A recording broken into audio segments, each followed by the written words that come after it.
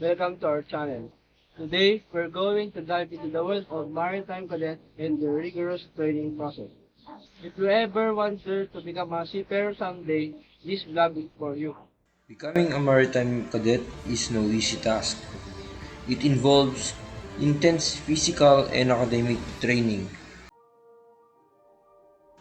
Cadets undergo weekly mase-mase exercises. We ensure each cadet the perfect fitness they need to be. We also undergo ship familiarization,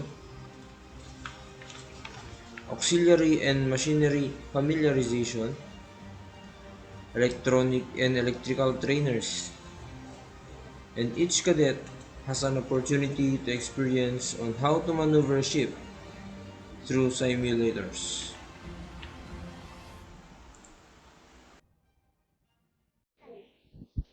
The academic side of the training cover a wide range of subjects, from navigation to ship, technology, maritime law, and safety procedures.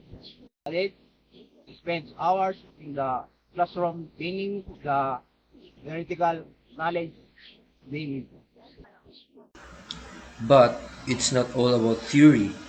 Cadets also get hands-on training in simulators where they can learn how to navigate a ship in various conditions. Physical fitness is a crucial. Cadets undergo regular physical training to ensure their fitness to handle demanding tasks on board ship. The journey to become a maritime cadet is challenging, but it is also rewarding. The skills and experiences gained here not only to prepare cadets for a career at sea, but also for life. So that is for today's vlog. If you want to learn more about maritime industry, make sure to subscribe and hit that notification bell.